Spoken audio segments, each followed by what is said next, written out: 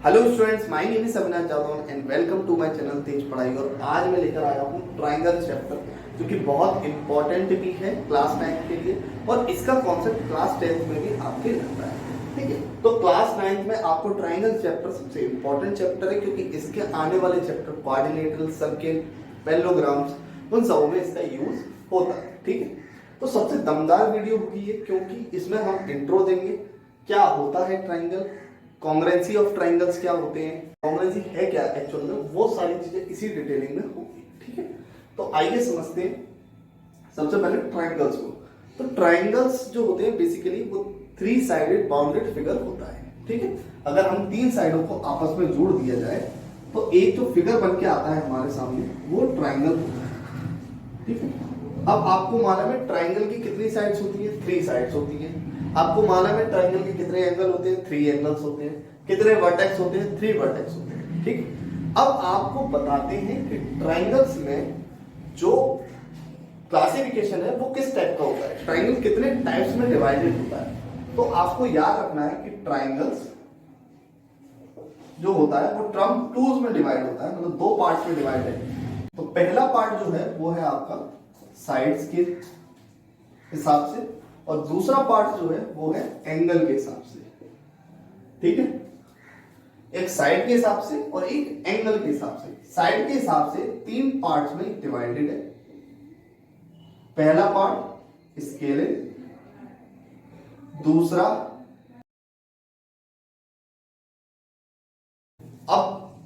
Part isosceles, और तीसरा part जो है वो है आपका इक्विलेटरल। तीनों ट्राइंगल्स की अलग अलग प्रॉपर्टीज हैं। पहला जो स्केलर ट्राइंगल है उसकी प्रॉपर्टी ये है कि उसकी एक भी साइड आपस में इक्वल नहीं होती। All sides are unequal. All sides are unequal. लेकिन अगर हम स्केलन आइसोस्केलेस की बात करें तो इसकी 2 साइड्स आपस में इक्वल होती है। ठीक है, तो 2 साइड्स आर इक्वल। लेकिन अगर हम इक्विलेटरल की बात करें तो इसकी तीनों साइड्स आपस में क्या होती है? इक्वल होती है। ठीक है, तो ऑल साइड्स इक्वल। आर लगा लेना, ऑल साइड इक्वल लिख दे रहा हूं। ठीक है, तो ऑल साइड्स आर इक्वल होती है किसकी? इक्विलेटरल की। लेकिन अगर हम एंगल के बेसिस पे इसको डिफाइन करें तो आपको मालूम होगा एंगल्स इसमें 3 टाइप्स के होते हैं। एक होता है आपका एक्यूट ट्राइंगल, एक होता है आपका ऑब्ट्यूज ट्राइंगल, और एक होता है आपका राइट ट्राइंगल। ठीक है, एक्यूट ट्राइंगल आपके सामने बना हुआ है। ये एक्यूट ट्राइंगल है जिसका हर एक एंगल ट्राइंगल का 90 डिग्री से कम होता है। ऑब्ट्यूज ट्राइंगल कुछ इस टाइप का होता है। ये जो ट्राइंगल बना हुआ है आपके सामने, ये ऑब्ट्यूज ट्राइंगल है, क्योंकि इसका एक एंगल 90 डिग्री से अबव का है। जबकि जो 90 डिग्री का एंगल होता है, जो आपके सामने तीसरा एंगल बना रहा हूं मैं, जो इस टाइप का एंगल होता है जिसका एक एंगल 90 डिग्री होता है, उसको हम बोलते हैं राइट एंगल ट्राइंगल। लेकिन हमें एक प्रॉपर्टीज नोट करके लिख लेनी है कि एक ट्राइंगल जो होता है, जो कि होता है right isosceles triangle. Right isosceles triangles कौन से ट्राइंगल्स होते हैं? वो ट्राइंगल्स जिसकी 2 साइड्स इक्वल भी हो और जिसका एक एंगल 90 डिग्री का भी हो। इसमें एक प्रॉपर्टी और होती है, उसको भी लिख लेना है। तो फर्स्ट प्रॉपर्टी इसमें क्या है कि राइट आइसोस्केलेस ट्राइंगल की फर्स्ट प्रॉपर्टी ये है कि 2 sides equal, 2 sides are equal and angle A या कोई भी एंगल है, one of the angle is 90 degree. ठीक है, इसके बाद दूसरा जो पॉइंट बनता है इसमें वो ये बनता है कि अदर 2 एंगल इज 45 डिग्री। जो बाकी के बचे हुए 2 एंगल है उनका भी जो एंगल होता है वो 45 डिग्री के होते हैं।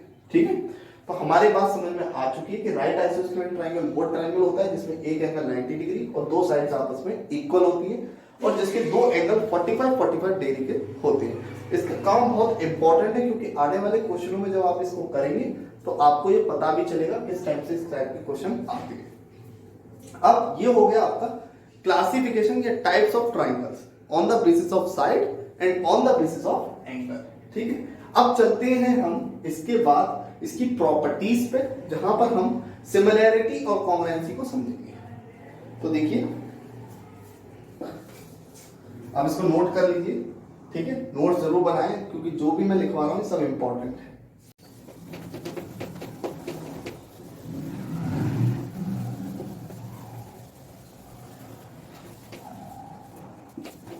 अब आपको मालूम है कि ट्राइंगल्स दो प्रॉपर्टीज को स्पेशली शो करता है, जो कि है कॉन्ग्रुएंसी और सिमिलैरिटी। देखिए, आपको दो प्रॉपर्टीज जरूर पढ़ी होंगी आपके, एक तो होती है आपकी कॉन्ग्रुएंसी जो तो आप पढ़ ही रहे हैं, और एक आती है आपकी सिमिलैरिटी। देखिए, कॉन्ग्रुएंसी तो क्लास 9th का टॉपिक है, लेकिन सिमिलैरिटी आपको क्लास 10th में दिखेगा। ठीक है, ट्राइंगल चैप्टर में। ठीक है, तो आपको इस चैप्टर में जो स्पेशली जो क्लास 9th का चैप्टर है सीबीएसई बोर्ड के लिए, उसमें कॉन्ग्रुएंसी क्लास 9th की ही है। उसमें सिर्फ और सिर्फ आपको कॉन्ग्रुएंसी ही देखने को मिलेगी। तो चलते हैं अब कॉन्ग्रुएंसी को समझते हैं, क्या होता है कॉन्ग्रुएंसी और क्या होता है कॉन्ग्रुएंट फिगर, क्या होता है कॉन्ग्रुएंट ट्रायंगल।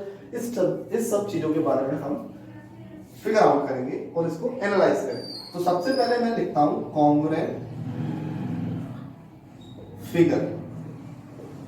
मैंने ट्रायंगल नहीं लिखा, मैंने सबसे पहले लिखा कॉन्ग्रुएंट फिगर। क्या होता है congruent figure? Congruent figure simple सी बात, वो फिगर्स होते हैं जिनका शेप और साइज बिल्कुल एक्यूरेट हो, 100% एक्यूरेसी। ठीक है, जैसे कि अगर ये रेक्टेंगल है तो इसका सिमिलर बिल्कुल रेक्टेंगल होना चाहिए, जिसकी हर एक साइड उसके बिल्कुल इक्वल हो। ठीक है, तो वो कॉन्ग्रुएंट होगा।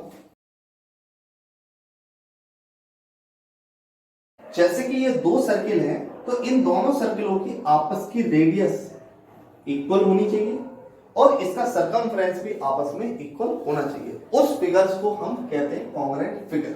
लेकिन अब नेक्स्ट टॉपिक है हमारा कॉन्ग्रुएंट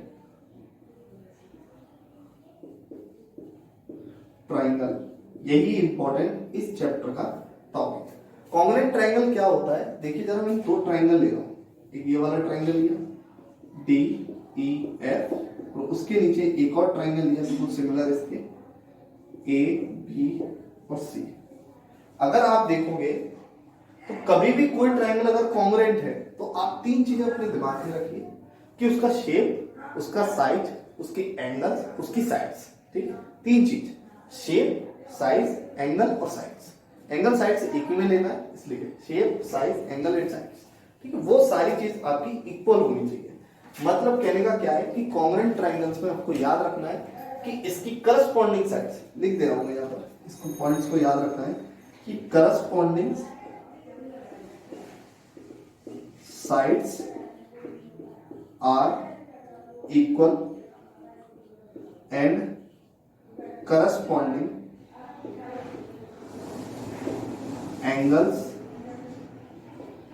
आर इक्वल। ठीक है, कहने का मतलब क्या था कि करस्पॉन्डिंग साइड्स और करस्पॉन्डिंग एंगल आपस में क्या होंगे? इक्वल होंगे। यही कहने का मतलब था।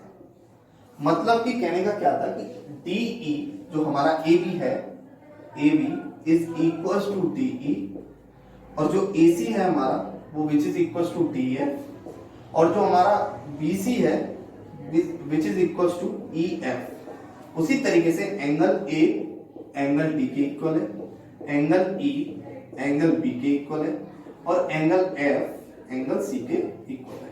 ठीक है, हमको तीन चीज समझ में आई है इससे कि सबसे पहले कॉन्ग्रुएंट ट्रायंगल के लिए ट्रायंगल्स होने चाहिए, उसके बाद करस्पॉन्डिंग साइड्स ऑफ ट्रायंगल्स की एंगल्स आपस में इक्वल होने चाहिए, तीसरी बात कि उनकी शेप एंड साइज इक्वल होने चाहिए। ठीक है, अब यहां पर एक चीज समझ में आनी चाहिए कि जब हमारे ट्रायंगल्स कॉन्ग्रुएंट हो जाए, अब ये समझ लीजिए इसकी तीनों साइड्स और तीनों एंगल्स आपस में इक्वल हो गए, तो हम इसको लिखेंगे कैसे? How can you right? ठीक है, हम कैसे लिख सकते हैं इसको? तो हमको इसको लिखने के लिए ट्रायंगल ABC इक्वल्स टू का साइन ट्राइंगल DEF, और इसके ऊपर एक स्पेशल साइन लगाना पड़ेगा जिसको बोलते हैं कॉन्ग्रुएंट का साइन। ठीक है, तो ये क्या हो गया, triangle ABC is congruent to triangle DEF। ये इसकी स्पेशल प्रॉपर्टीज है जिससे अब हम इसको बिल्कुल क्लियरफाई कर सकते हैं, बिल्कुल क्लासिफाई कर सकते हैं कि ये ट्राइंगल इस ट्राइंगल के इक्वल है। ठीक है, अब अगर हम इसको थोड़ी सी मिस्टेक कर देते हैं बच्चे इसमें कॉन्ग्रुएंसी को लिखने में, क्या कर देते हैं कभी कभार कि ये इसको ऐसे लिख देते हैं, triangle ABC is congruent to triangle EDF। इसका कोई मीनिंग नहीं है। ठीक है, इसका बेसिक समझते हैं, ये करेक्ट है ये इनकरेक्ट है। बोलेंगे सर सेम तो है, ABC इसमें भी था, DEF इसमें भी है, मैंने इसमें ABC ही लिखा है, लेकिन इसमें EDF लिख दिया तो क्या प्रॉब्लम आ गई, बहुत बड़ी प्रॉब्लम, क्योंकि मैंने क्या बोला, करस्पॉन्डिंग साइड्स आर इक्वल। अगर हम ट्राइंगल ABC को DEF दोनों कॉन्ग्रुएंट है, इसका मतलब कि DEF को अगर मैं काटूं, अगर मैं इसको यहां से हटाऊं इसके एरिया से पूरा काट के और इसको निकाल के इसके ऊपर रखूं, तो ये दोनों आपस में ओवरलैप कर जाएंगे, मतलब इक्वली बिल्कुल ओवरलैप हो जाएंगे, और पीछे वाले ट्राइंगल ABC ट्राइंगल है इसका एरिया बिल्कुल नहीं दिखेगा। ठीक है, जबकि जो हमारा ये नीचे वाला पार्ट है इसमें ABC ट्राइंगल तो सेम है, लेकिन DEF को उसने क्या कर दिया EDF। अगर मैं इसको EDF बनाऊं तो कैसे बनेगा, जरा देखिए, इसको देखिए, यहां पर मैं बना रहा हूं इसको EDF, E क्योंकि ऊपर E होना चाहिए इसके हिसाब से, क्योंकि करस्पॉन्डिंग तो E ऊपर आएगा, तो E ऊपर तो D किधर जाएगा, D ऐसे आ जाएगा। ठीक है, और F कैसे आ जाएगा, तो ये बन गया हमारा ट्राइंगल EDF। अगर इसको मैं काटूं और इसको उठाकर ABC के ऊपर रखूं तो ये क्या इसके ऊपर मैच कर जाएगा, नहीं करेगा। सिंपल सी बात है, ये सीधा है, ये ऐसे लेटा हुआ है, तो अगर मैं इसको ऊपर रखूंगा तो ऑब्वियस सी बात है कि ABC का एरिया हमको पीछे की तरफ, आगे की तरफ दिखेगा। ठीक है, जैसे कि मैं खड़ा हूं तो मेरे संग का कोई इंसान है वो बिल्कुल कॉन्ग्रुएंट है मेरे से, मतलब मेरी साइड, मेरा पूरा शरीर उसके बिल्कुल बराबर है, तो वो मेरे आगे खड़ा हो जाएगा तो मेरा कुछ नहीं दिखेगा। लेकिन अगर मुझसे कोई छोटा या बड़ा या उसी का टेढ़ा रूप रख दिया जाए तो वो क्या लगेगा, मेरे से इक्वल नहीं लगेगा, मेरा उसमें शरीर दिखेगा। ठीक है, अगर हमने सही नहीं लिखा तो वो ट्राइंगल क्या हो जाएगा, उसी तरीके से रोटेट हो जाएगा और फिर उस पर फिक्स नहीं बैठेगा। ठीक है, तो ये प्रॉपर्टीज को हमें याद रखना है। दूसरी बात हमको इसमें ये भी चीज याद रखनी है कि जब दोनों ट्राइंगल्स आपस में इक्वल हो जाए तो एक स्पेशल प्रॉपर्टीज, जैसे कि हमने कर लिया, देखिए यहां पर समझिए उस प्रॉपर्टी को, वो भी इंपॉर्टेंट प्रॉपर्टी है। देखिए जैसे यहां पर मैंने लिख दिया, जैसे ये ट्राइंगल है DEF, और एक और ट्राइंगल है इसी के साथ AB और C। तो आपको ये चीज याद रखनी है कि ट्राइंगल DEF अगर मैंने डायरेक्टली बोल दिया ट्राइंगल ABC के इक्वल है, इसका मतलब क्या है, दोनों आपस में शेप एंड साइज उसकी क्या है, सेम है। तो अगर हम किसी भी चाहें किसी भी साइड को करस्पॉन्डिंग या किसी भी करस्पॉन्डिंग एंगल्स को आपस में इक्वल कर सकते हैं। कैसे, जैसे मैंने इसके बाद ये कर लिया, इसके बाद मैंने लिख दिया angle A equal to angle D, तो आपको ये बात माननी पड़ेगी कि एंगल A एंगल D के इक्वल है, क्योंकि दोनों आपस में क्या है, कॉन्ग्रुएंट है। और इसके लिए एक यूज करा हुआ टर्म होता है, उसको लिखते हैं CPCT। उसमें कई बार देखा होगा आपने CPCT लिखा होगा, उसको बोलते हैं करस्पॉन्डिंग पार्ट्स ऑफ कॉन्ग्रुएंट